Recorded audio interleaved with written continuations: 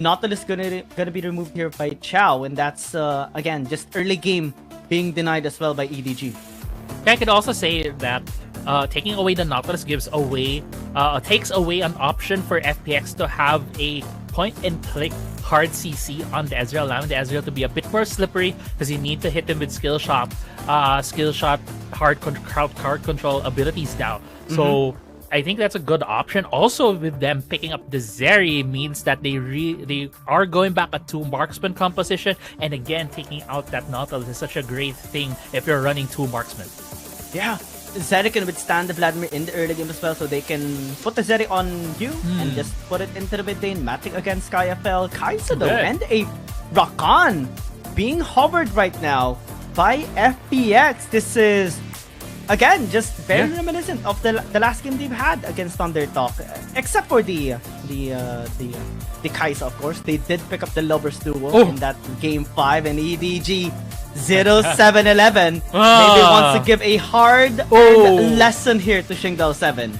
Yeah, he's showing up. Xingdao 7, we were just thinking about, okay, Lee Sin was what Xingdao 7 was utilizing in their series against Thundertalk to really take control of the early game. 07 is like, nah, I'm gonna be the one who's using it in this deciding game. If EDG gets this, they will qualify for the finals. Well, if FPX, they need to win this game to possibly extend this series even further. Their only win condition right now is to take this series into a game 7, to turn the EDG sprint into an FPX marathon.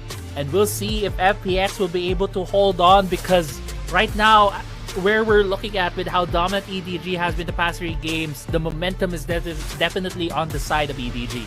Yeah, EDG looking so strong right now in this composition. They have great synergy as well with the Lee Sin, especially in the Baron lane, because Xiao Jiang has been proving constantly to be very effective on this Renekton for the past 3 games now. And having to get a Lee Sin as a co-engager as well will be very, very scary for FPX, especially that their whole draft is designed specifically just to scale up. In 15 minutes is going to be the name of the game here for Fun Plus Phoenix. Edward Gaming is going to be trying to prevent that from happening. Yeah, and they do have stronger mid-game compared to FPX. They have the Lee Sin, they have the Renekton. 2 champs are really strong in the early game, but why I highlighted the mid-game is because of the Ezreal. If Ezreal is able to pick up both the Triforce and the Muramana at about the 10-minute mark, this would prove to be such a huge damage tool against the members of FPX. Well, on the other hand, for FPX, as you mentioned, scaling is the name of the game for them. The only champions that are trying to hold on in this early to mid game are both the Hecarim and the Aatrox. But quick trades here.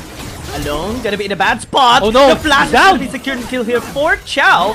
And possibly a similar situation from game number 1. Supports getting a kill each. It's gonna be actually much better here for Langui in this situation, because Chow is a little bit chipped down too low. Yeah. So first blood goes to the side of FPX, but it was Rakan who was able to secure that. Unfortunately, it didn't go towards the Kaisa, but the trade in the end right there means that this lane is still gonna be in favor of EDG, because the wave was shoved into the turret of FPX. Level 2 was hit earlier by Langui because EDG was able to shove it. So it feels like, at least for the bot lane, nothing really happened. It just slowed down the AD carries for what it was worth in the bot side. Yeah, this is still okay for Gong.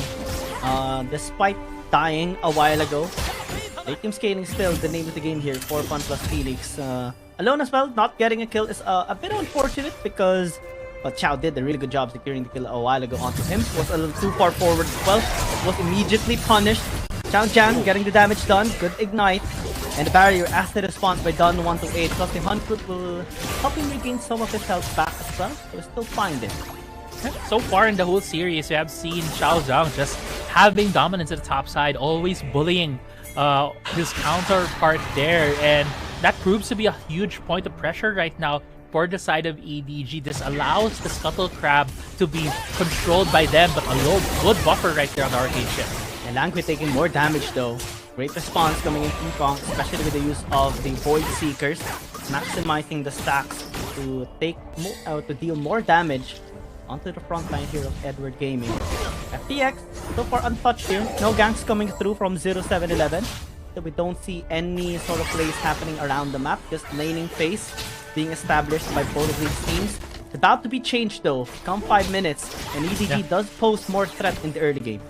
In the early game so far, 0711 has really been focusing the Scuttle Crabs. Both Scuttle Crabs have been secured by EDG. This gives them a bit more of that gold and experience advantage towards them compared to the Hecarim right now. And this has been enabled by the strong plays from the bot side of the map from EDG, as well as a strong plays from Zhao Zhang, allowing you to step into whichever lane or whichever side of the map he needs to go to be able to help out and secure the Scuttle Crab. And now, because of that advantage, this is allowing this Lee Sin to scale further into the game.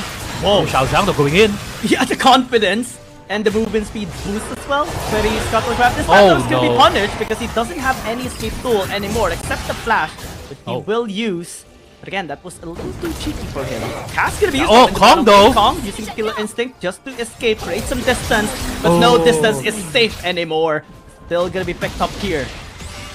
Yeah, great catch from Langui, honestly. A bit of an overstep coming in from the Kaisa. The great position as well with the ultimate coming from this Gragas allowed the Ezreal to cut the distance even faster. You can notice they're alone, not really having enough mana in this fight, but the damage from the Ezreal is just enough to secure the kill on the Kaisa, giving another advantage here in the bot side with the man for EDG. Yeah, it was unfortunately for Kong, he wasn't able to use the Killer Instinct in time to dodge the explosive cask of Langui, and his position definitely was compromised in that bottom lane fight. Yeah, and now, we were mentioning earlier, right, as we get to the 5-minute mark, we have been seeing explosive fights between these two teams here, but also seeing handshakes. But with the state of the game right now, EDG does have a firm grasp on the early game.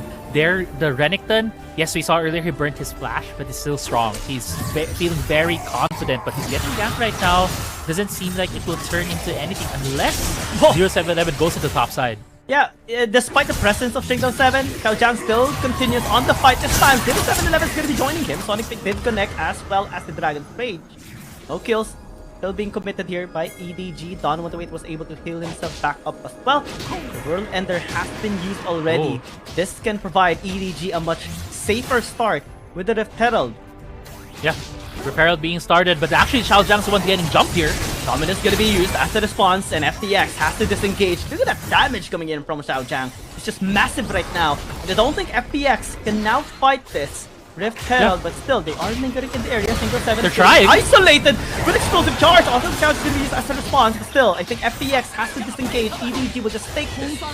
Yeah, EDG takes it. A bit of an anti-synergy as well, alone, throwing out the True Shot Barrage as soon as the explosive cast also hits. But mid lane, though, because of the chip damage coming from Yoz, Zeri able to put them down at below 2000 HP, gives the first hurt immediately towards EDG, and they're also transitioning it now to a Dragon. This is going from bad to worse right now in terms of the early game for FPX. Yeah, classic EDG. After denying a fight from FPX, chipping down their HP as well, forcing them to use their ults, EDG gets a double objective start at the 6th minute mark. And 3,000 gold lead as well, especially because the tower secured in the mid lane is again just classic EDG. Yeah, classic EDG. We highlighted earlier that should be the mid game where EDG really takes their stride, but in terms of the early game, Renekton and Lee Sin are so strong compared to the lineup right now that FPX has that EDG has really just been relying on both of these champions. You saw that they started it off with fight at the top side. Langui though trying to go for the gank here on top side.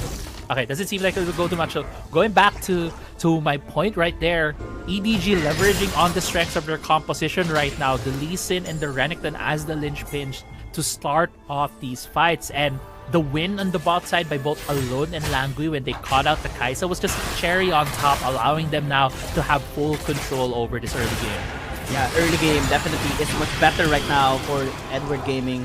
That's gonna be forced there by onto you. Wow, that damage, and it's just early game, and FPX is again behind, but we see the potential of Sky here right now being demonstrated in the bottom lane. At least his skill potential.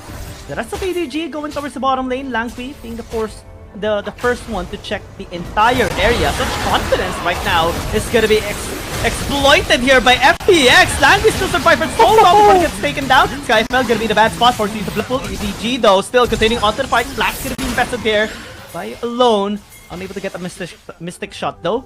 They should get this tower down. Yeah, the immediate response from Langley as well when he got caught out by 4 members going away, but Xiao Zhang was Ender as a response. He's gonna be here though, and again the punish should be there. Oh, as a response. He another one. Well, gonna be helping. Don 128. Xiao Zhang though still is alive. Will not pursue anymore. The outplay by Don 128 in the top lane.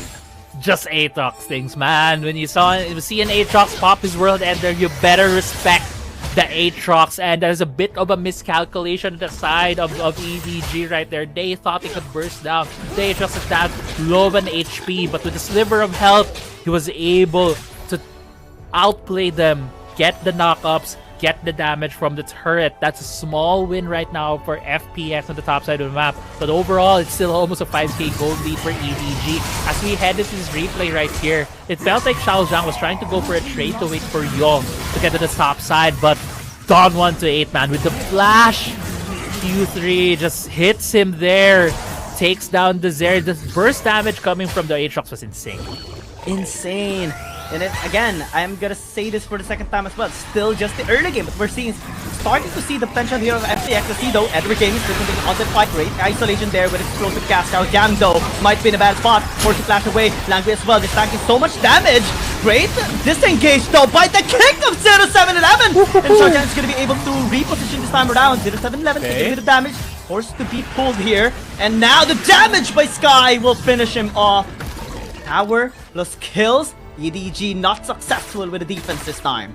Yeah, but they were able to trade the topside turret as well. So in terms of the macro play, EDG was able to even up the tower count, but kills did go in favor of FPX there. And those are some of the things that FPX needs, even by just a bit. Some more gold going into their members. They see Sky FL right there. In terms of overall gold ranking is third, only behind 0711 and Alone. He's trying his best to scale up into this game. This Vladimir already having at least an item and on his way to a death cap is able to just go into these fights and burst down the 2 AD carries coming from EDG. That could be a win fight right there from FPX, but we've also seen how well EDG plays these fights. Yep.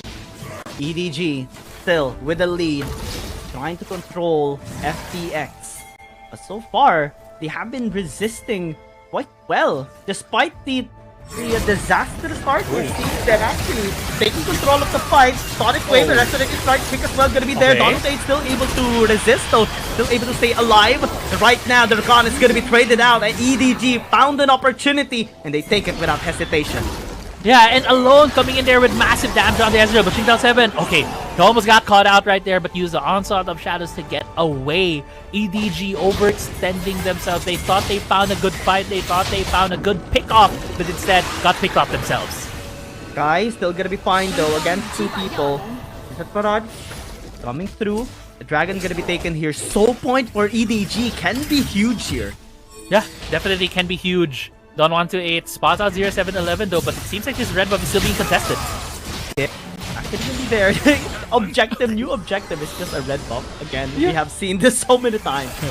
Yeah, it's that thing. If you're ahead and you just really want to force the opponent to back down, you gotta take everything away from them, and that's what they did. As we had this replay right here, a bit of an overextension from Don 128 puts the composition of each team in a messy spot, and Xiao was unfortunately the one who got caught out in the end right there by EDG. Do mind you, that fight happened at around the 10-20 minute mark, and Alone's Ezreal was online, had Bokumura and Triforce. The amount of burst damage on this Ezreal right now is gonna be massive against FPX. Let's see though if FPX can still fight back. The gold increase by EDG is not really at the best rate. At most, it is just maintaining at 5,000 towards now 6,000. FPX does possess still a better late game scaling composition in terms of burst that even the double ADC can be very scared of in the late game. We mentioned 15 minutes. 3 minutes remaining here for FPX to at least be theoretically online. And EDG right now has to really step up. They should be able to take this Baron. They should be able to take the Soul as well. Yeah, EDG. Yeah, we were talking about how 15 minutes is a crucial point there for FPX to be able to get into this game, to have a better showing in terms of the damage and eyes that they have.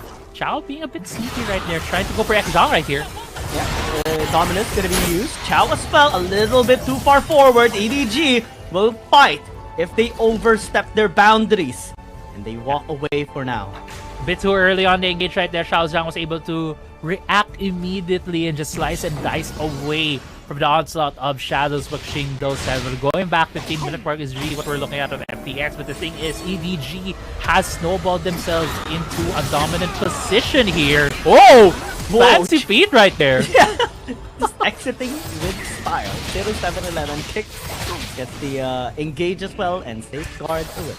I can't imagine how fast his thumbs went in that execution right there. But it just shows 0711 right now feeling himself in this series. What a redemption series from this guy as well. Yesterday, he was just being bullied by the taunt, but here we see a huge turnaround in both the mindset, aggressiveness, as well as being able to secure the objectives from EDG. 0711 has really redeemed himself compared to the series from yesterday, and that is what is propelling EDG into this lead. Yeah, they're taking resources away from Shingdao7 as well. And EDG continues to apply the pressure. This is a great performance so far by Edward Gaming. Titan Gods, or the God Slayers themselves, are just proving that they are the ones deserving to be in the finals spot. Right now, FPX has to really step up. It has been 3 consecutive games that they have been struggling massively. Every single game has been a one-sided beatdown, despite being the closest game we have seen so far, in which EDG is not handling them in a one-sided beatdown. Yeah. FPX checking the area if to get any information yet. This feels like deja vu from Game 3. EDG just holding down FPX. If they start the Baron before the 1-minute mark on this Dragon, this is going to be really the same setup that they did from the previous game. Langy, body slam. The Grand Entrance is going to be used. Dominus as well. And the isolation going to be pure with a kick as well by 0711, forcing Pontos Phoenix to actually walk away. They have to disengage. Nobody died. EDG, oh, that was so close. The true shot barrage unable to get them in time. The Baron should be taken here by EDG. They can no longer contest Shingdao7 though. Checking the area. I think he just took the blue buff and will give this Baron away. Yeah, Baron does go to the side of EDG. And we're just talking about how this could be the same setup from EDG at about the 13-14 minute mark, positioning themselves in the Baron, threatening it, forcing FPX to the fight, and that went horribly for FPX. Baron right now secured here by EDG. Dragon is up, Dragon Soul on the table for EDG. Look at the macro as well. Yu is actually split pushing into the mid lane, knowing that EDG has better position here into the Dragon Pit as well. They know that FPX is going to be forced to commit here. The Trushot Parade is going to be very devastating. Being pushed as well. EDG continuing onto the fight as the Zeri is split pushing into the mid lane. FPX has to disengage, but they're being penetrated this time. But the rest of Edward Gaming is everything being won by EDG. Chao still goes in with Grand Challenge, or at least the engage, but it's being denied everything. 4 versus 5, Edward Gaming wins, and you will just end this game. And we will see Gods transcended again to qualify for the final stage. EDG hands FPX a one-sided beatdown in a 4-0. EDG gets our last slot into the WRLA Season 2 Finals. And what a statement game right here. What a statement series coming in from Edward Gaming. After the disappointing loss yesterday to Keep Best Gaming, they have proven themselves here as to why they are one of the top dogs, also incurring a 4-0 series loss.